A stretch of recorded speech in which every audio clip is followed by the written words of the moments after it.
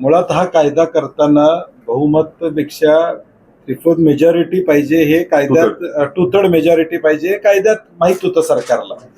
विरोधी पक्षाने विनंती काय केली होती की तुम्ही या निवडणुका झाल्यावर ह्याच्यावर चर्चा करा, विरोधी पक्षाला विश्वासात घ्या, कारण की विरोधी पक्षाचा टू थर्ड असल्याशिवाय हा कायदा मंजूर होतो. विरोधी पक्षाने डिलिमिटेशन बद्दल आक्षेप घेतले होते. महिला आरक्षण देण्यासंदर्भात सोनिया गांधींचं पत्र आहे पहिलं की बाबा हे आरक्षण द्या म्हणून. आणि जर महिलांच्या बद्दल एवढी आस्था होती तर मग 24लाच हे आरक्षण लागू करायचं होतं. कायदा कधी झाला? 2023ला झाला. त्या लोकसभेच्या इलेक्शनच्या वेळेस हे आरक्षण लागू करायचं होतं आणि पुढे डिलिमिटेशन झालं, वाढलं असतं परत आकडा, काय फरक पडला असता?